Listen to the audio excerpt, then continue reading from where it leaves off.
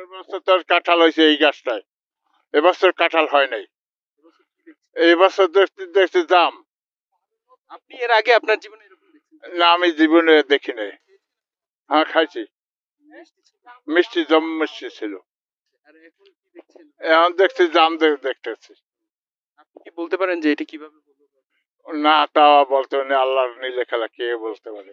কাঁঠাল গাছই ছিল, আপনারা দেখতে পাচ্ছেন যে কিছু অংশে কাঁঠাল গাছের পাতা দেখা যাচ্ছে, আবার কিছু অংশে জাম গাছের দেখা যাচ্ছে লোহা করা জাম, আমরা যেটাকে বলি গ্রাম্য ভাষায়। ওই লোহা করা জাম মানে 6 মাস ধরে দেখা যাইতেছে পাতা এবং এই যে ফলগুলো এগুলো আমরা দেখতেছি, কিন্তু বিগত দিনে এটা কাঁঠাল গাছই ছিল। এই যে পাতাগুলো দেখা যাচ্ছে, প্লাস এই নিচের অংশে আমরা যখন গত বছর আপনারা কাঁঠাল দেখতে পাচ্ছেন হয়তো, এবছর কিন্তু টোটালি কোনো কাঁঠাল নেই। কিন্তু এটা একটা যে কোনো সমস্যা হয়েছে, কিন্তু আসলে এটা আসলে আপনার কৃষি কৃষি আপনার যে দপ্তর আছে আমাদের শরণখোলা উপজেলায়, তো উপজেলা আসলে আমরা এটার জন্য একটা সুষ্ঠু একটা মানে একটা ট্রিটমেন্টের আমরা আস্থা চাই, কেননা এটা একটা কাঁঠাল গাছ ছিল, এখন লোহা করা জাম গাছ হয়ে গেছে।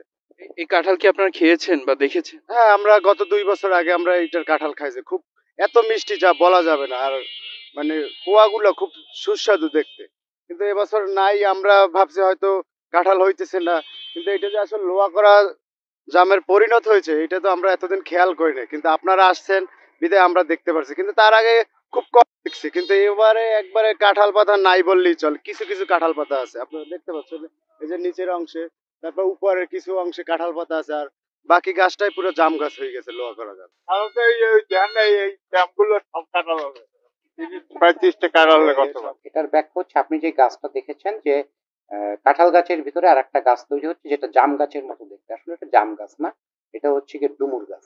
এটাকে বাংলা ভাষায় আমাদের বাংলাদেশে যে ডুমুরটা সেটাকে বটডুমুর বলে। এই বটডুমুরটা আমাদের পিরোজপুর অঞ্চলে একসময় প্রচুর হতো, বিশেষ করে নাজিরপুর এলাকাটায় প্রচুর হতো, এখন নাই, এখন কমে গেছে। আর এই গাছটা অন্যান্য গাছ বা অন্য যে কোনো স্থাপনার সাথে একটা সিম্বায়োটিক রিলেশন তৈরি করে।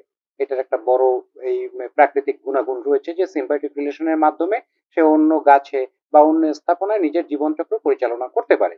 এখানে ঠিক সেম ঘটনাটাই ঘটেছে, কোনো পাখির মাধ্যমে, পাখির মলের মাধ্যমে এই বীজটা এই গাছের উপর পড়েছে এবং একটা সিম্বায়োটিক রিলেশনের মাধ্যমে এই বট গাছটি বা এই ডুমুর গাছটি তার জীবনচক্র ওখানে শুরু করেছে, ওখানেই সে জন্মেছে।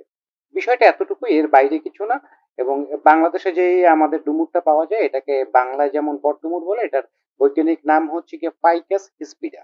এটা আপনি একটু সার্চ করলেই পাবেন, এটা খুব কমন একটা ঘটনা। না, ওইখানে মূলত হচ্ছে দুইটা গাছ, একটা কাঁঠাল যেটা মাতৃ গাছ, আর একটা হচ্ছে গিয়ে বটডুমুর গাছ যেটা সিম্বায়োটিক রিলেশন তৈরি করেছে।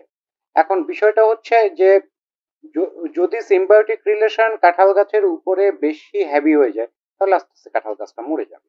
যেটা আপনি বট পাকুড় গাছের ক্ষেত্রেও দেখবেন যে কোনটা বট কোনটা পাকুড় আইডেন্টিফাই করা যায় না।